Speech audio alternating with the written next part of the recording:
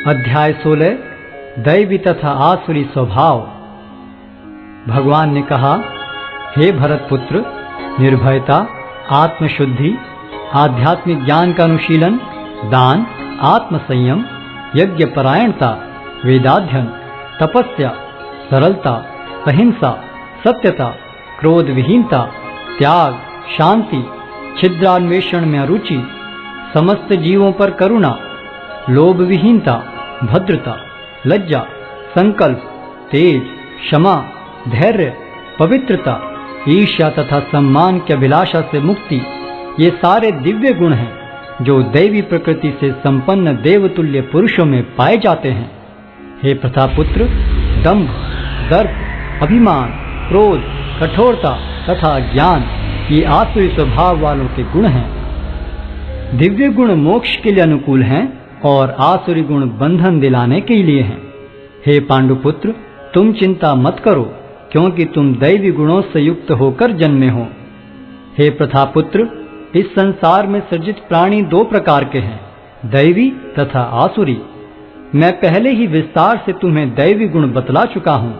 अब मुझसे आसुरी गुणों के विषय में सुनो। जो आसुरी हैं वे यह नहीं जानते कि क्या करना चाहिए और क्या नहीं करना चाहिए।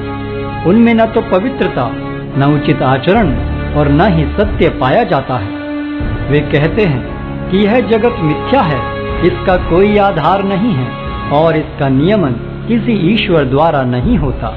उनका कहना है कि यह कामेच्छा से उत्पन्न होता है और काम के अतिरिक्त कोई अन्य कारण नहीं है।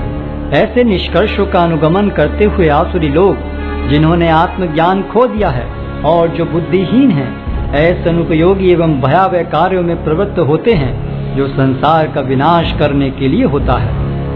कभी न संतुष्ट होने वाले काम का आश्रय लेकर तथा गर्व के मद एवं मिथ्या प्रतिष्ठा में डूबे हुए आसुरी लोग इस तरह मोहग्रस्त होकर सदैव क्षणभंगुर वस्तुओं के द्वारा अपवित्र कर्म का व्रत लिए रहते हैं। उनका विश्वास है कि इंद्रियों की तुष्टि ही मानव सभ्यता की मूल आवश्यकता है। इस प्रकार मरण काल तक उनको अपार चिंता होती रहती है। वे लाखों इच्छाओं के जाल में बंधकर तथा काम और क्रोध में लीन होकर इंद्रिय तृप्ति के लिए अवैध ढंग से धन संग्रह करते हैं। आसुरी व्यक्ति सोचता है, आज मेरे पास इतना धन है और अपनी योजनाओं से मैं और अधिक धन कमाऊंगा। इस समय मेरे पास इतना है, किंतु भविष्य में यह बढ़कर और अधिक हो जाएगा। वह मेरा शत्रु है और मैंने उसे मार दिया है और मेरे अन्य शत्रु भी मार दिए जाएंगे।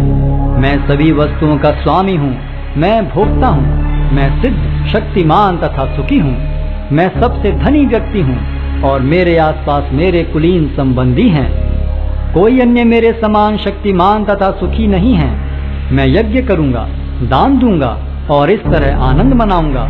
इस प्रकार ऐसे व्यक्ति अज्ञानवश मोहग्रस्त होते रहते हैं। इस प्रकार अनेक चिंताओं से उद्विग्न होकर तथा मोहजाल में बंधकर वे इंद्रिय भोग में अत्यधिक आसक्त हो जाते हैं और नरक में गिरते हैं। अपने को श्रेष्ठ मानने वाले तथा सदैव घमंड करने वाले, संपत्ति तथा मिथ्या प्रतिष्ठा से मोहग्रस्त लोग किसी विधि विधान का पालन न करते हुए कभी कभी नाम मात्र के लिए बड़े ही गर्व के साथ यज्ञ करते हैं।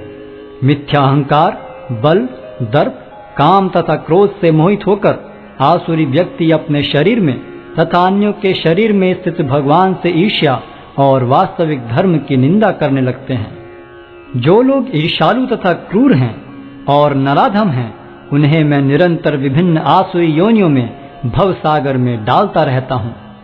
हे कुंती पुत्र, ऐसे व्यक्ति आसुरी योनि में बारंबार जन्म ग्रहण करते हुए कभी भी मुझ तक पहुँच नहीं पाते।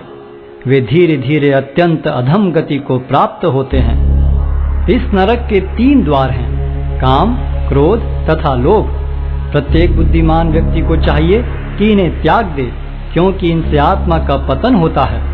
हे कुंती पुत्र, जो व्यक्ति इन तीनों नरक द्वारों से बच पाता है, वह आत्म साक्षात्कार के लिए कल्याणकारी कार्य करता है और इस प्रकार क्रमशः परम गति को प्राप्त होता है। जो शास्त्रों के आदेशों की अवहेलना करता है और मनमाने ढंग से कार्य करता है, उसे न तो सिद्धि, न सुख, न ही परम गति की प्राप्ति हो पाती है। अतएव मनुष्य को यह जानना चाहिए कि शास्त्रों के विधान के अनुसार क्या कर्तव्य है और क्या अकर्तव्य है। उसे ऐसे विधि विधानों को जानकर कर्म करना चाहिए जिससे वह क्रमशः ऊपर उठ सके।